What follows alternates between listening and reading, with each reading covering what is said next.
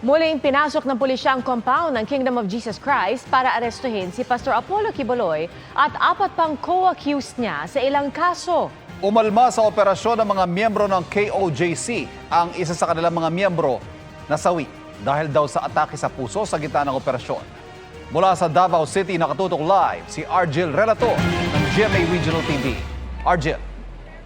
Pia Ivan Tiwala ang Police Regional Office 11 na nasa loob lang ng KOJC compound si Pastor Quiboloy at 4 pang co-accused nito. Isang miyembro naman ng KOJC ang nasawi matapos umanong atakihin sa puso sa gitna ng operasyon ng pulisya sa loob ng compound. Mag-aalas 5 ng madaling araw, napasok ng pulisya ang Kingdom of Jesus Christ compound sa Davao City matapos ang negosasyon ng mga opisyal ng KOJC at mga pulis. Bit-bit ng mga pulis ang alias warrant of arrest laban kina Pastor Apollo Quiboloy at 4 pang co-accused sa mga kasong child abuse at Anti-Trafficking in Persons Act. Ini-issue ng korte ang alias warrant of arrest kapag ibinalik na ng mga otoridad sa korte ang naunang inisyong warrant. Ayon sa Police Regional Office o PRO 11, 2,000 pulis ang dineploy, kabilang ang mga mula sa Region 10, 12 at 13. Habang may negosasyon sa labas ng compound, umalma ang mga miyembro ng KOJC nang bakbakin nila ng mga pulis ang pader sa likuran ng compound. Hindi na kami papayag, magkamatayan tayo! Isa-isang hinalughog ng mga pulis ang mga gusali sa loob ng compound. Wala na pababalingin dyan sa loob, ha? Wala papasok. Posisyon! Pinagbawalan ni PRO 11 Regional Director, Police Brigadier General Nicolas Torre III na may pumasok sa compound nang walang pahintulot galing sa kanya. Pero pwedeng lumabas ang mga nasa loob ng compound. Tiwala raw ang pulisya na nasa compound si Quiboloy at mga co-accused nito. Sa ngayon, wala pa raw sa 30% sa buong compound ang kanilang nasuyod. Nandyan yan. Tinatago lang nila whole day, whole night. Whole day bukas, whole night bukas. Hanggang sa makita namin siya. Hindi kami papayag. Wala magpupull out dito. Inalmahan yan ng abogado ng KOJC dahil hindi anya ito sakop ng warrant. Napasok na rin daw ng mga pulis ang lahat ng 22 istruktura sa compound. Sabi pa ng abogado ng KOJC, gumamit ang mga pulis ng tear gas, kaya may mga miyembrong hinimatay. Sa gitna ng operasyon, may isang nasawi matapos daw atakihin sa puso. Isang namatay talaga, 5 po ang nagka-cardiac arrest. Yung 4 ay buti naman hindi namatay pero serious condition sila. Lahat po ng injured po, 16 po lahat. Hinihingan pa namin ang PNP ng pahayag kaugnay nito.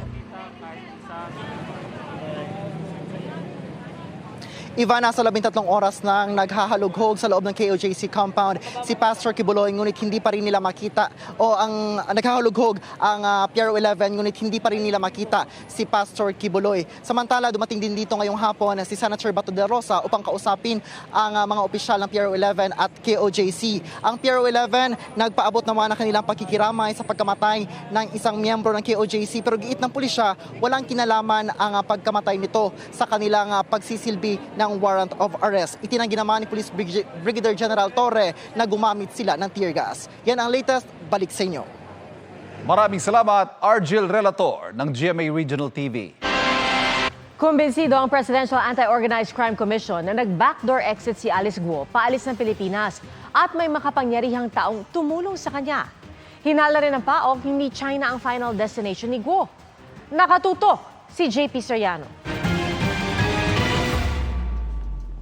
Nandito na sa Pilipinas sina Sheila Guo at Cassandra Leong matapos mahuli sa Indonesia.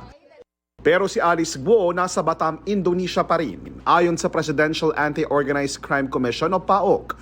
At sa nakuha nilang impormasyon, hindi China ang posibleng final destination ng na-dismiss na mayora, kundi sa Golden Triangle region sa Southeast Asia, partikular sa Cambodia.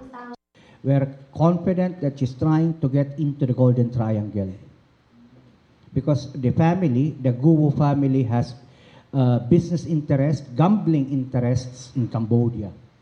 Now, so that would be the safest bet that we have as of this moment.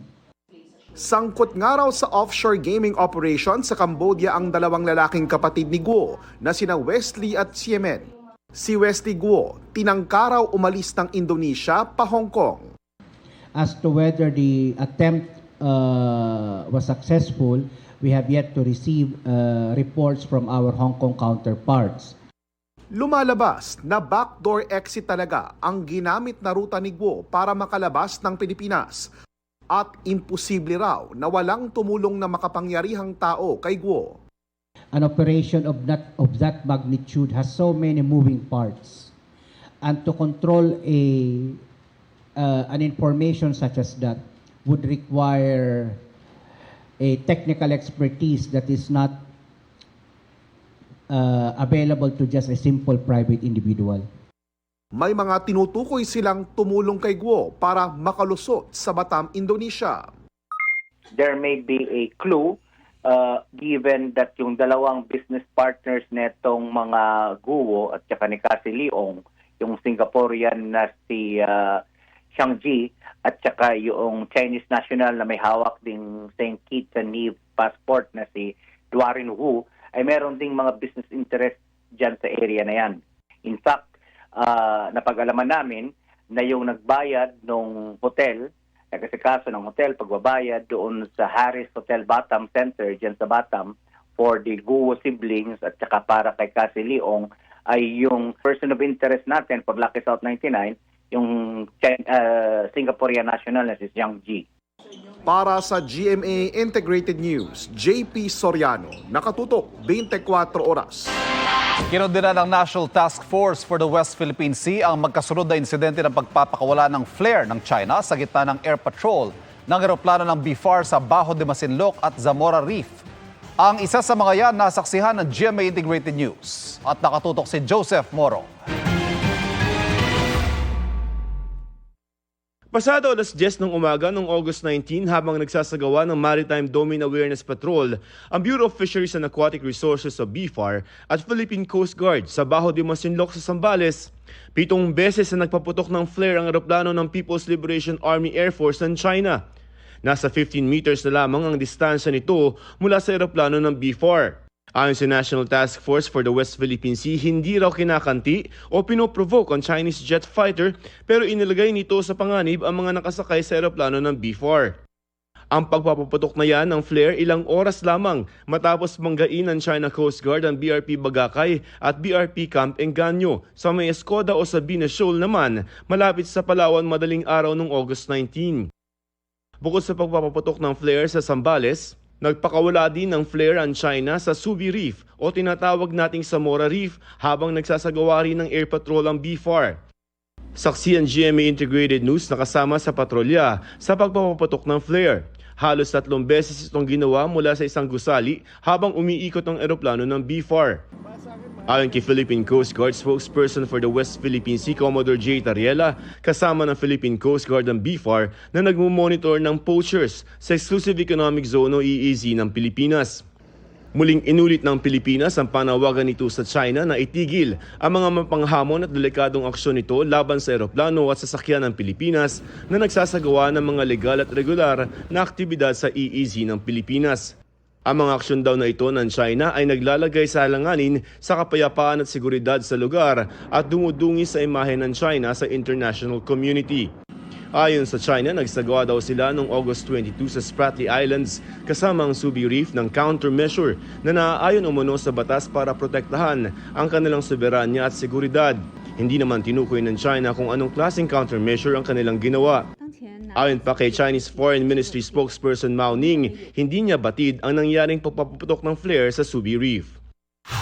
Para sa GMA Integrated News, Joseph Morong, nakatutok 24 oras.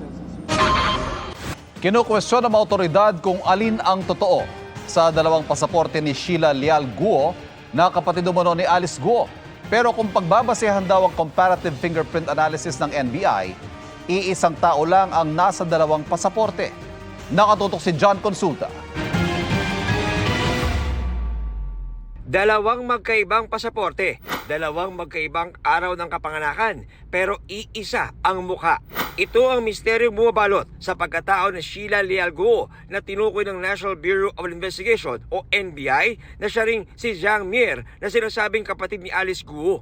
Mismong NBI ang nagsabi na base sa kanilang comparative fingerprint analysis, iisang tao lang ang nasa dalawang pasaporte. Sa Chinese passport, makikitang October 27, 2021 ito in-issue at ang expiry October 2031 pa. Chinese Embassy sa Maynila ang nag-release ng Chinese passport ni Sheila Guo sa pangalang Zhang Mir. Halos isang taon lang ang pagitan. Inisyu naman noong June 2022 sa DFA Manila ang pasaporte ni Sheila Guo ng expiry June 2032. Kapansin-pansin na nakalagay na birthday sa Philippine passport ni Sheila Guo ay January 12, 1984, habang sa kanyang Chinese passport ay March 3, 1985. Ang tanong na lang ngayon, alin kaya sa dalawang ito ang totoo?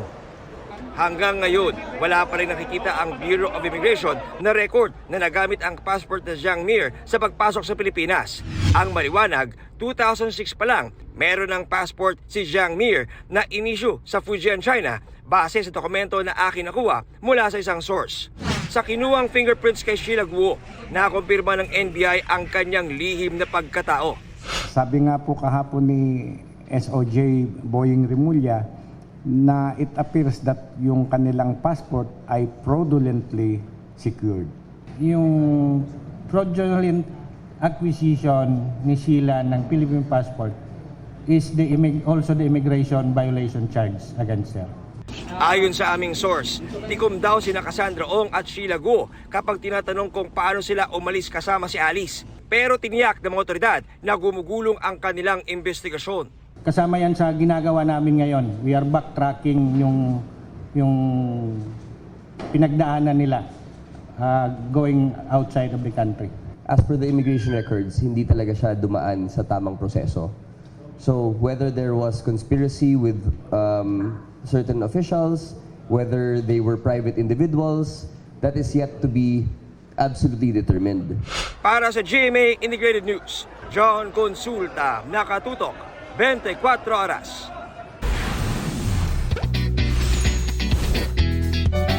Kung hanap nyo ay quick escape, lalo't long weekend pa, tayo na sa Antipolo.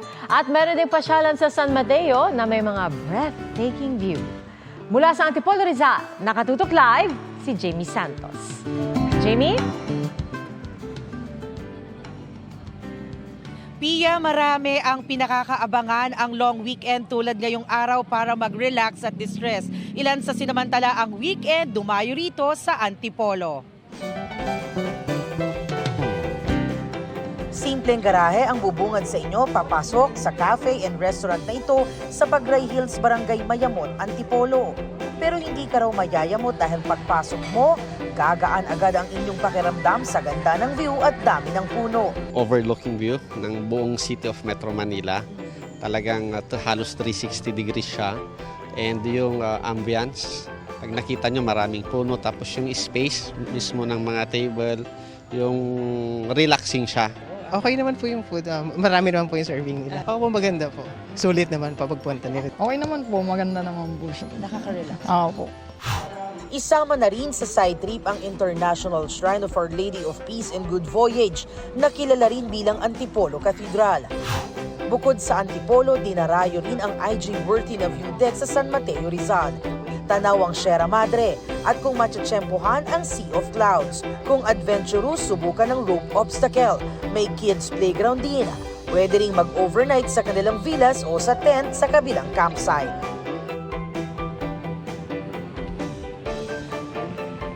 Pia, bagaman weekend at walang pasok sa Lunes, kapansin-pansin na magaan ang daloy ng trapiko papunta rito sa Antipolo. Sa mga darayo naman patungo dito sa International Shrine, may mga umaalalay na traffic enforcers sa mga motorista. At yan ang latest mula rito sa Antipolo. Balik sa iyo, Pia.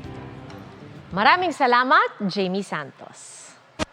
Mga kapuso, patuloy na tumutok sa mga balita. Mag-subscribe sa GMA Integrated News sa YouTube.